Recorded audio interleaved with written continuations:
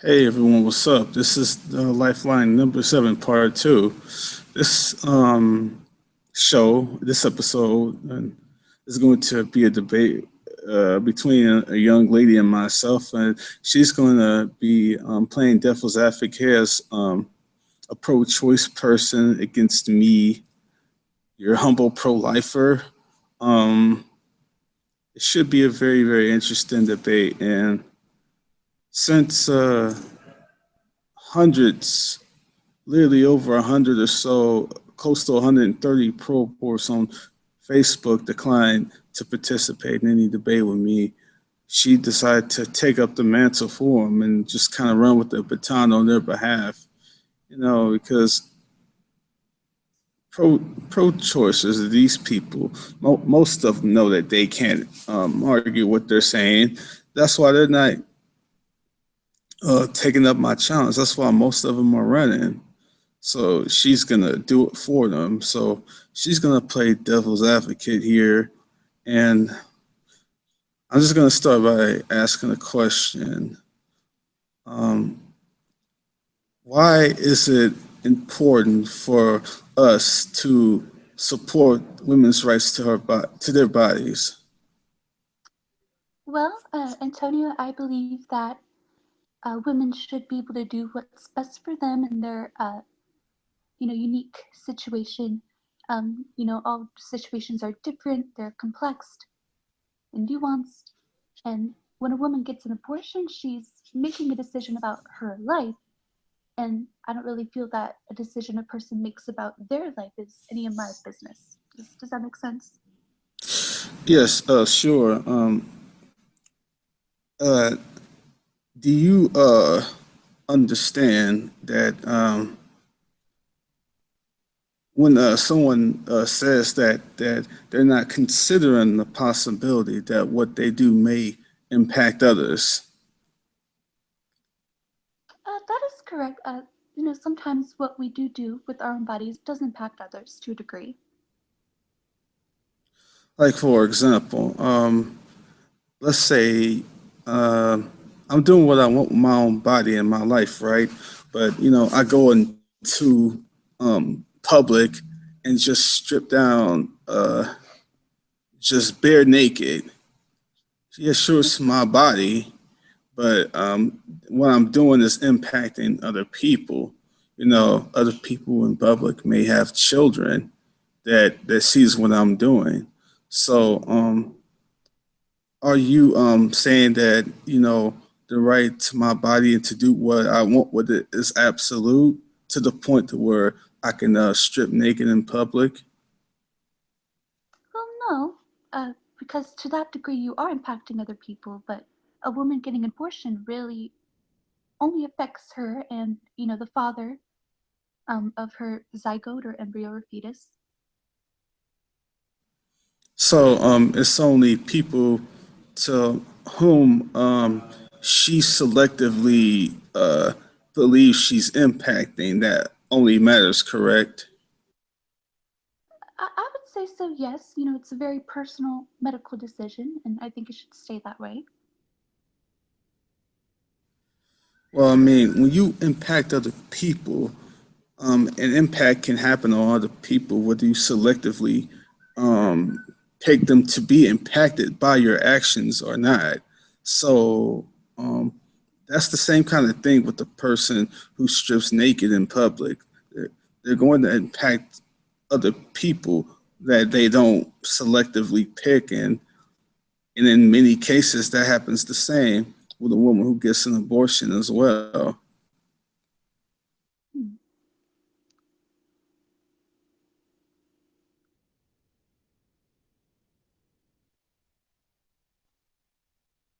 I can kind of see what you're getting at here, yeah.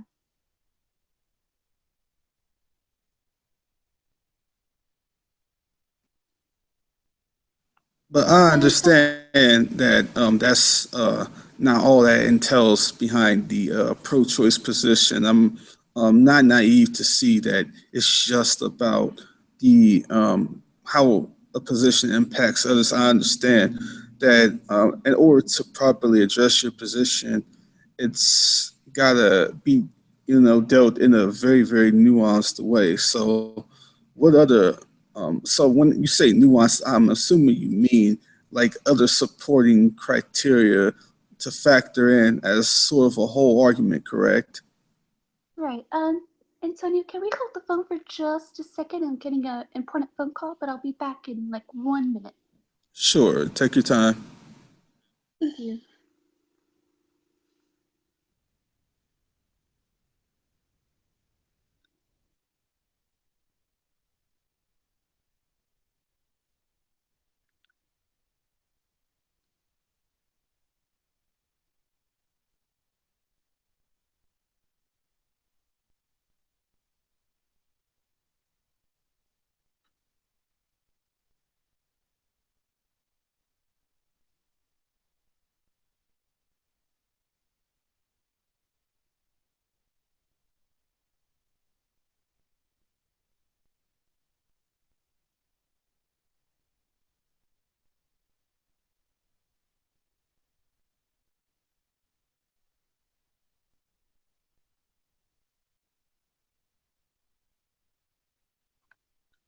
Hey, sorry I had to go away for a while. That was my dad. It's all good. Family comes first. So, um, but as I was saying, um, I understand that your position's very nuanced. So there's more than just how it impacts others. So what else would you say factors into why you're pro-choice? Well, I do believe in taking personal responsibility for your actions, but sometimes abortion is the responsible choice. It's more responsible not to bring a child into the world than to bring a child into the world that will not be wanted or cared for. Does that make sense? Yes, definitely.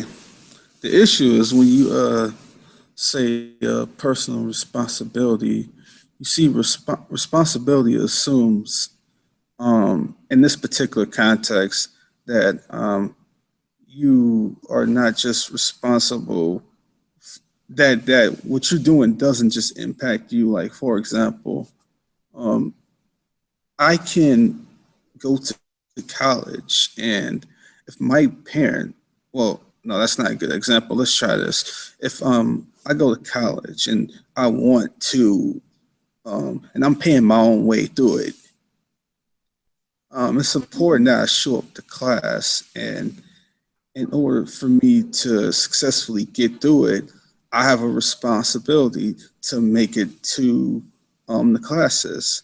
I have a responsibility to show up. I mean, I'm an adult. They not going to just coddle me and just let me do what I want to do.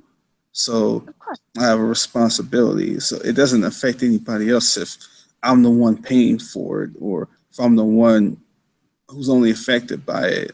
That's my responsibility. But I mean, when you're talking about the responsibility for um, not bringing another child into the world, we're dealing with something else.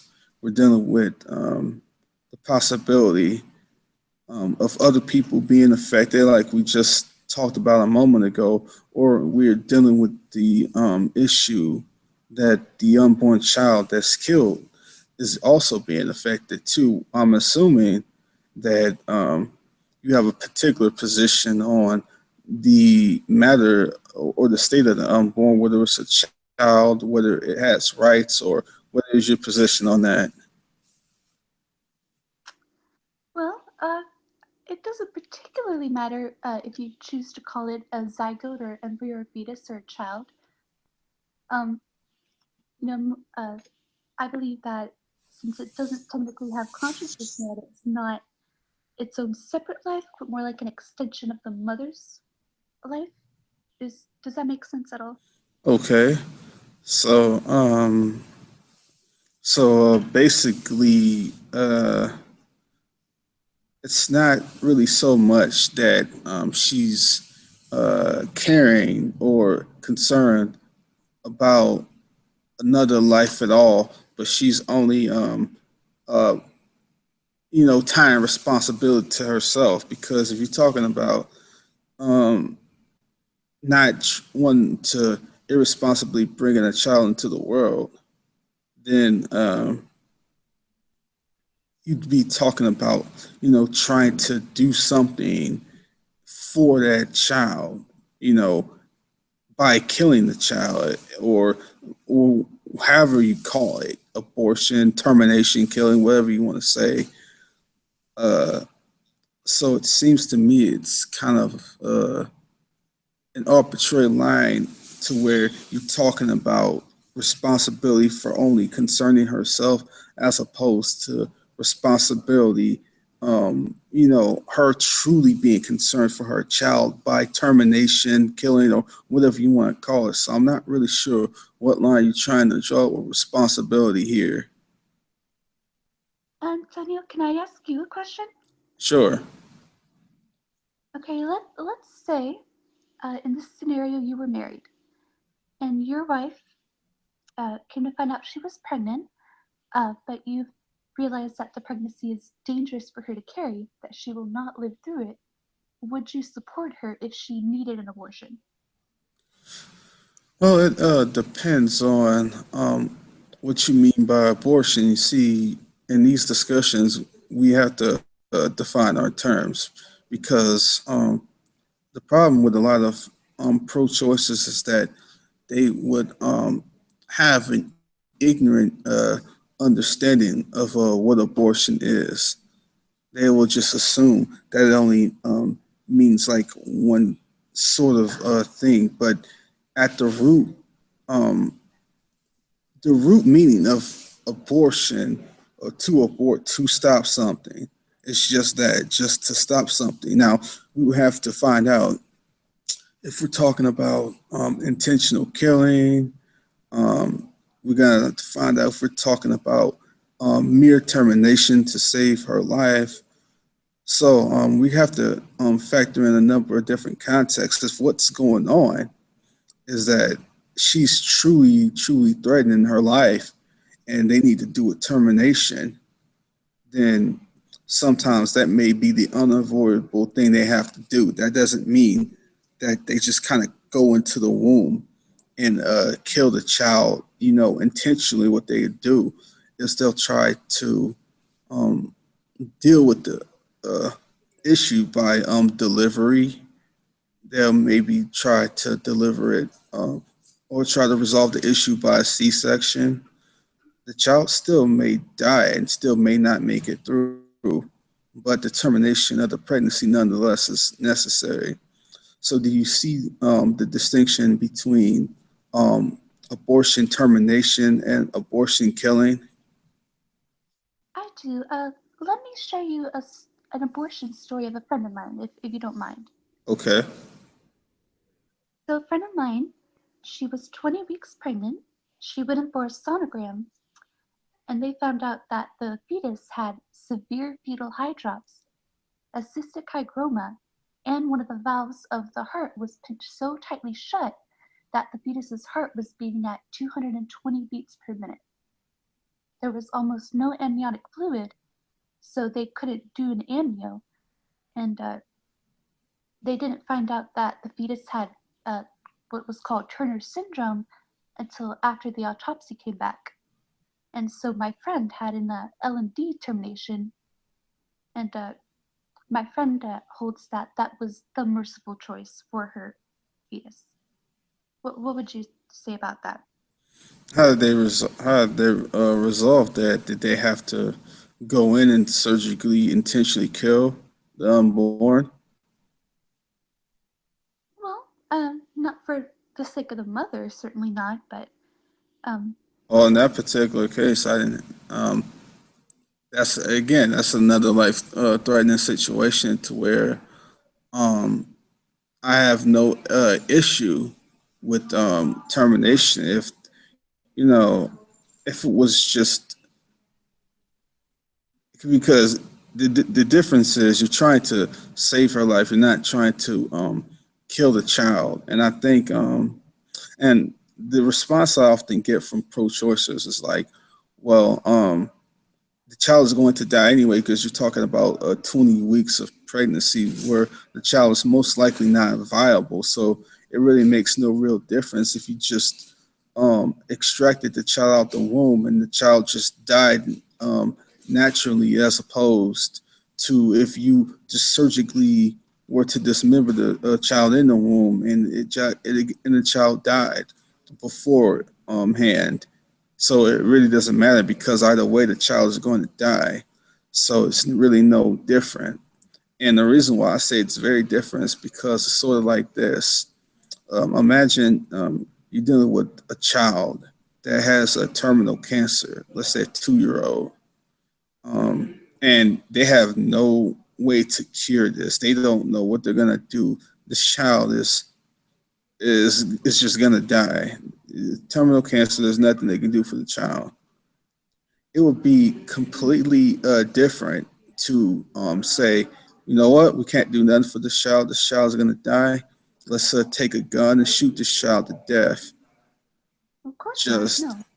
of course, yes. So, even in that situation, we don't just go and actively just take that child's life in such a way because we clearly see that there's an ethical problem there. Just because the child may be facing the potential end of dying, no matter what, does not mean that the means to that end, is justified. The ends don't justify the means. Looking at the end, that the child is going to die, don't justify the means of actively taking that child's life in such a way. And I think it's the same kind of thing in the abortion case. It's like, yeah, you're looking at the ends of the child is going to die no matter what, but you don't just actively chop the kid into pieces. Hmm. And So then, do you go ahead? so my friend thinks that abortion was the merciful choice, seeing as the situation which her fetus was in. So you disagree with her, and you make a very valid point. Well, again, it seems like that was just one of those situations to where she was that her born child wasn't viable anyway, and her child was going to die. And certainly, they didn't, from what it sounds, they didn't just dismember the child inside of her before they resolved and terminated the pregnancy. So that's a situation to where it's not in conflict with anything that I believe in, and I think that was the right choice to make in that situation. Hmm. Okay, I have several abortion stories I could share, but let me give you this one. My sister, my own sister, when she was 14, she got unexpectedly pregnant. Now, Yes. she being that young, if she was your daughter, would you force her to go through with the pregnancy? See, this is quite a con- uh, this is quite a regular question I get from pro-choicers. Is they sort of try to give this sort of emotional case to try to um, and I'm not saying you doing that, but what I'm saying is just to bring context before I answer. They try to bring in a case like this to where it seems like emotional manipulation. They try to say, "Well, he is such a bad person if he has his daughter go through with the abortion." Well, the way I see it is like this. Um, I'm looking at it from the same standpoint as if I look at it through any person, who were to, be in a bad situation. Like, let's say a woman got raped and, she conceived, from that. I'd say, look, um, I really, really feel very, very bad for her situation. Hmm. But and and nobody wants that to happen to her. But you know what? But at the same time, uh, I have love not for just her, but for her child as well. And we can do things to help her get through the situation because the problem is, you know, the rape and the rapist. The problem is not the pregnancy. The problem is not, the pregnancy that came from it. The problem is the rape and the rapist. Killing a child won't do anything about the rape at all. In fact, Right. there have been stories about mothers who got abortions in rape cases, and that didn't do anything to help them at all, and many have regretted their decision. And so, what I mean is, we can, be a support for her, and we can do whatever we can to say, I'm going to be here by your side no matter what. Um, and, maybe even get a support community, around her too. This is a time to where she needs people who love her more than anything to stand by her side and be like, we are here right beside you to help you and your child get through this situation. I think most women, if they had that support system, most women would not get an abortion. It's just like, if someone is doing drugs, but they need help to stop, if they have some sort of support system, around, they'll stop doing it more often than not. They just need to know that someone cares about them. But if they have that sort of support system and they say, I don't care what y'all think, I don't care for y'all help, I'm going to do drugs anyway, then that's not a problem of those people. It's a problem of themselves. So, what I mean is, if a woman who's raped has that support system, uh, she, I'd like to think she'd be more likely inclined to keep her child, and not in fact seen many stories to where that's exactly what's happened to women who had that support system and had that love, and that sort of healing available to them. More often than not, they kept their child if they were raped. So if but if they decide to say, hey, I don't care about y'all trying to help me and my child, I don't care about that, all I care about is not being pregnant at this point, then it's not a problem of rape or pregnancy at that point, but an issue of the person. So that's how I would conduct myself for someone that may not be my family member or my immediate family member. Maybe she's just a friend of mine. Maybe she's a cousin or something like that. But if it was my own daughter, if I would treat my someone that I don't know in that way, why would I not even more so not say the same thing to my daughter if she ended up in that bad situation? Because I am her father. I love her and support her. And me saying that it's better for her in this horrific situation to go through with it and bring out something beautiful for the child she has within her, because she's a mother and now I'm a grandfather too. And I'm immediately involved in this situation. So it's not me, you know, any more than it's me having some sort of issue to make a woman um, get an abort and not get an abortion in some sort of forceful way.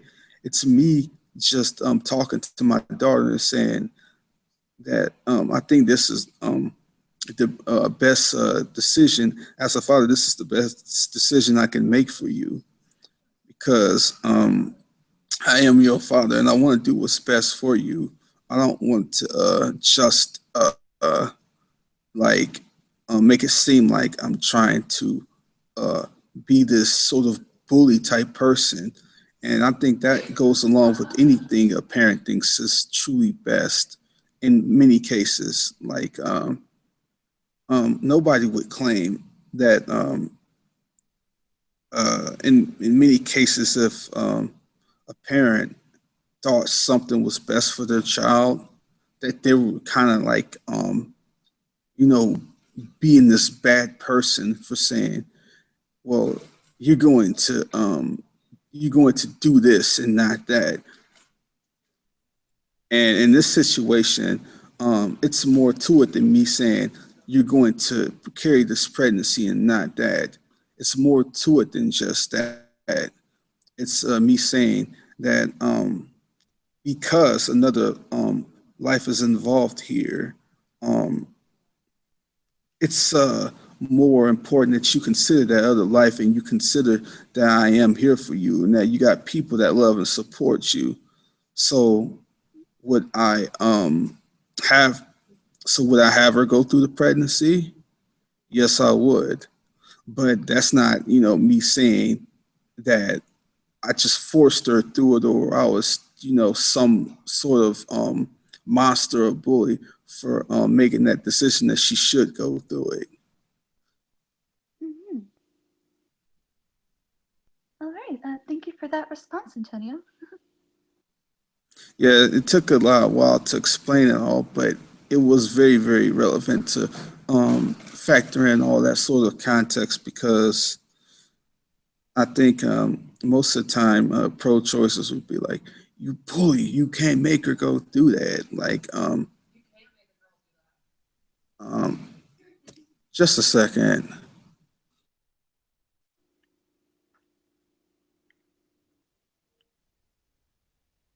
Give me just one moment.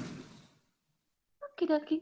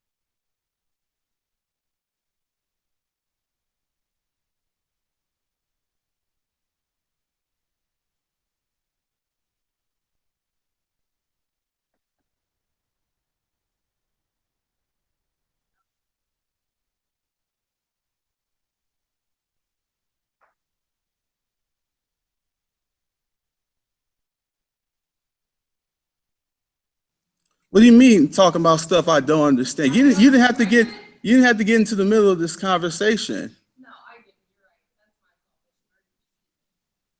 Well, I'm sorry, ma'am. If you want to have a productive conversation, you need to listen. But you gotta listen to what people are saying. I respectfully listen to what you have to say, not try not. How was I? How did I disrespect you? Did I interrupt you? Antonio, is everything okay? No, it wasn't me. It wasn't me. It wasn't me going on. I was trying to add some full context to what I was saying to respond to you, and you didn't give me a. You didn't. You didn't give me a chance. You didn't. You didn't, ma'am. Ma'am. Ma'am. You didn't. You didn't give me a chance to finish my point. Well, look here. I wasn't even talking to you originally, but if you're gonna enter, if you, if you going to enter the discussion, if you're gonna enter the discussion, you gotta let me respond. I don't mind you entering the discussion, but you gotta let me respond. Say what? All right. What do you want to respond? What do you want to say? Go ahead.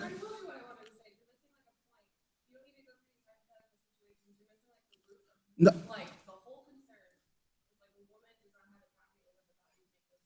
but I'm not just talking about hypothetical situations. I'm talking about real. No, no, I'm talking about real life situations that I've been personally involved with myself.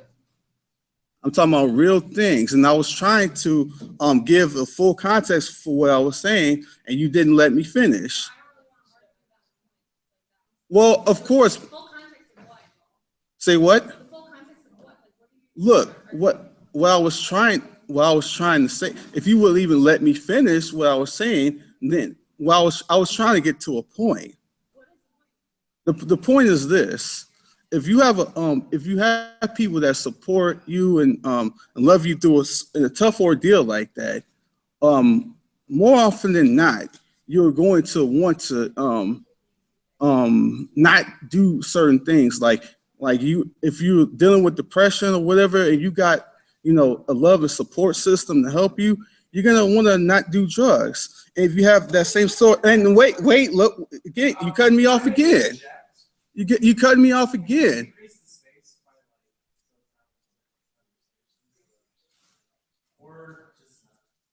See, you cut me off again. You didn't let me finish, and I'm pretty sure you knew where it was going. That's why you didn't let me finish. Have a good day, ma'am.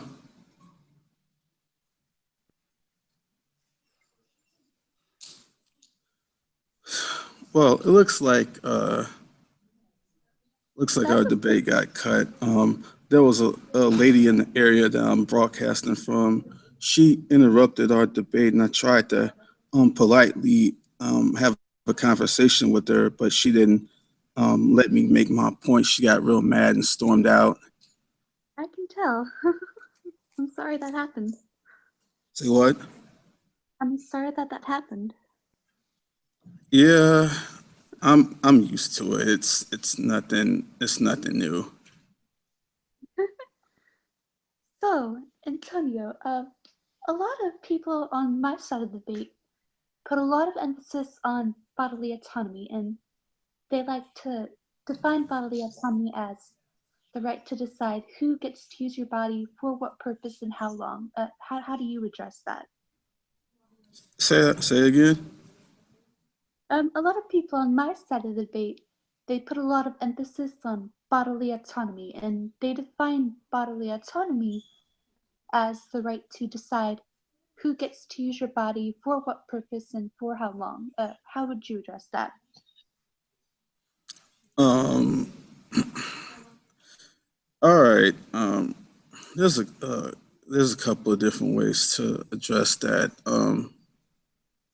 Number one, it's not just a matter of whether your body is used, because anything of yours can be used, whether it's your body, your personal property, anything. Like children use your personal property in your house, like your food or your your facilities to shelter them or whatever, and your unborn, is in a condition to where they need to use your physical, biological body for their support. So if if if this is a situation to where you're gonna kind of punish your child for requiring the support of your physical body, then why not punish a child that requires the support of, roofing or feeding when they're born or something like that? Hmm, interesting. What else would you have to say about that? You said there were a couple ways to address it. Well, yes. Another way would be just looking at like this. Um, what if you really are looking at beyond yourself and you really do care about your offspring? What is it gonna matter if the child is using your body? Like, what are you willing to sacrifice? Because at the end of the day, it's an argument about refusing to sacrifice. That's what it is. That's why they're talking about, well, you can't use my body. It's basically saying, well, I don't care that my child is there. I'm not going to want to sacrifice for my child. So you can make it uh, an argument about, okay, what are you willing to set aside for the well-being of your child? If you're not willing to set aside anything, then of course you're going to make it about you and about your body being used because you are so concerned with your personal wants and needs that you don't care about the needs of your child. So you can look at it through that sort of moral aspect, that moral lens. You can kind of challenge the pro-choicer to really, really consider what they're actually saying when they talk about the bodily use. Because what they're actually saying is that they're not willing to sacrifice for their own child. That's what they're really saying. Hmm, interesting. And I want to leave with one last thought. Something I've noticed about the whole abortion debate is that it's almost always abstracted. Like both sides, they talk about laws and policy and philosophy, but they forget that it's a more personal issue than that. And the couples getting abortions don't discuss it in that way. Okay, let's say you're in that situation. Your significant other got pregnant. Maybe the contraception failed. Maybe you weren't using any, uh, but that doesn't matter. Neither of you were ready for this child. Your stability is threatened. Your plans have to be rethought, and then you find out it's actually, well, you find out it's semi-dangerous for her to carry. So, would your circumstances change your mind or not? And if they wouldn't, what would it take? Um, well, no circumstance to me justifies intentionally killing your own offspring. There is not a single one. Um, so, I mean, I don't really think you can change my mind any way than you can change my mind that any circumstance justifies killing your own born child. There's really Mhm. nothing because at the end of the day, I see the unborn as the same as a born child. It's your offspring, it's your child. There's no excuses. And these sorts of arguments are the result of, or they're the result of, a society that's gone downhill in many ways and, you know, became self-centered in many ways. It's about, it's all about me. It's all about, what I choose. But it's sad that a lot of these same type of positions that are being made for women are not consistently allowed for men, because it's okay for a woman to get an abortion and it's her choice. But if a man, is a deadbeat and abandons his child and doesn't pay child support or whatever, then he's a deadbeat. He's the scum of the earth.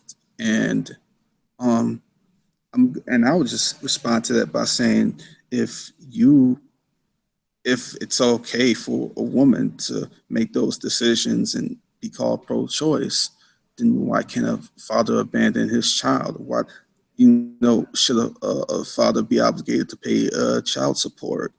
And most society would agree that he should, stand up and be a father and be able and have to pay child support. And I agree with that wholeheartedly. I don't think that him being, uh, not attached to the child in any physical way gives him any right to just run away from his responsibility. And in the same way, just because the child happens to, be physically attached to your body and live in that sort of way, that don't give you any responsibility to get away from your parental obligations either.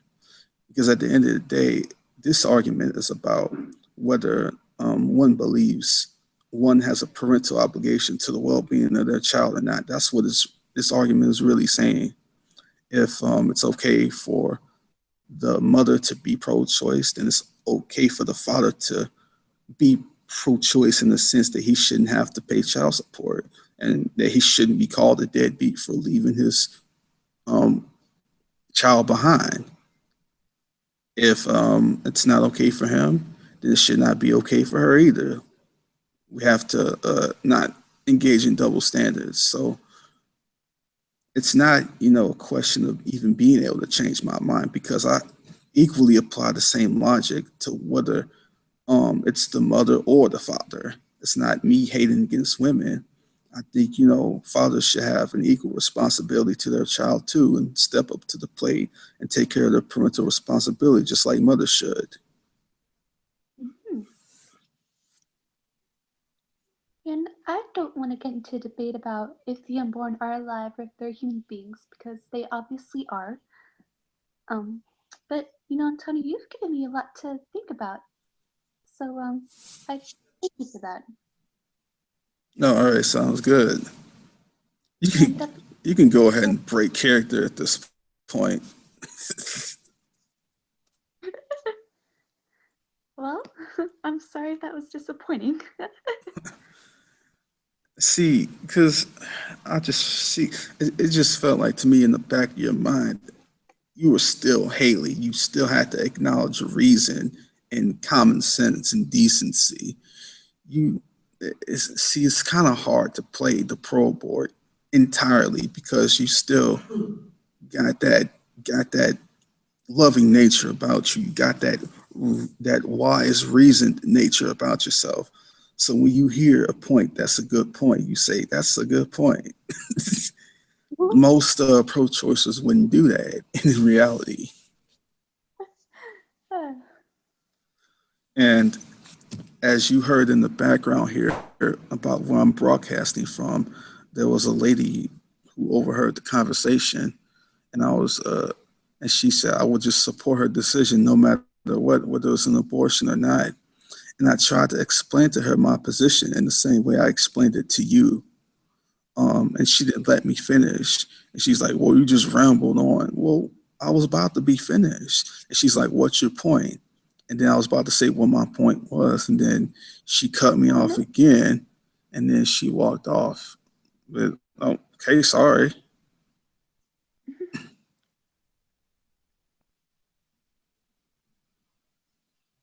I mean, I'm sorry if you got offended by it, but you know what? You know what? I don't apologize that you got offended by it, because um, it is a discussion that needs to be had. Some people aren't going to like it. Yeah, but pro-choicers like to appeal to the worst case scenarios, but worst case scenarios do happen, so they have to be addressed. Yep. And she said, and I tried to give her, you know, a full context behind my answer rather than just give her uh, just a straight answer because it is anybody can just give, just a abortion's wrong, you're evil type answer, but that's not going to um, productively, if that's even a word, that's not going to productively, get anyone anywhere. If she wants a more fluid and on a more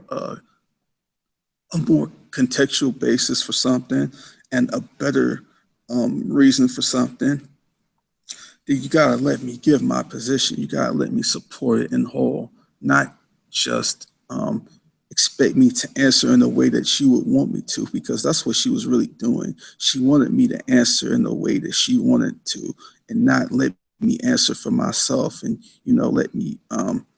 She's like, "What does that have to do with it?" And she kept interrupting me several times, Mm. and she would not let me finish my point. And I wasn't even talking to her. I was talking to you. And she just happened to overhear me and she engaged in the discussion. I muted myself for a second and I started talking to her and I started trying to be polite to her and listen to what she had to say. And she was just all super radical. And I took myself off mute on purpose so you could hear what was going on. Mm. That's a typical behavior for them, though, isn't it? You're going to have those people sometimes, but you know what? It is what it is. You see the difference between dealing with those sorts of people in face-to-face interaction and dealing with them over social media because they tend to run real quick in face-to-face interaction, but on social media they are very, very hostile. They are more and more bold. They insult you, but in face-to-face Sure. interaction, they just Yeah. kind of storm off. Well, social media and the internet give people a platform to say and do things that they would never imagine saying or doing in real life. That's right. And And one pro boy even called me a fat AZZ who should kill myself. You're not even making that up. That's their quote. yeah, they'll call you all type of stuff. Even when you think they've sunk to the lowest denominator, they'll sink even lower. I guarantee it. Hmm. It's Well, sad. yeah, those they really do need our prayer. Absolutely. That's Well, what it Antonio, comes down to. But yeah, thanks for coming, Haley. I really, really enjoyed this yeah, exercise, this little yeah, I just enjoyed this whole thing. It was just fun. I'm glad I enjoyed it too. Thank you for giving up some of your time for this. Same to you. Um, and those who are watching this and heard the little interesting exchange in the background. Thanks you for watching and take care, everyone. God bless.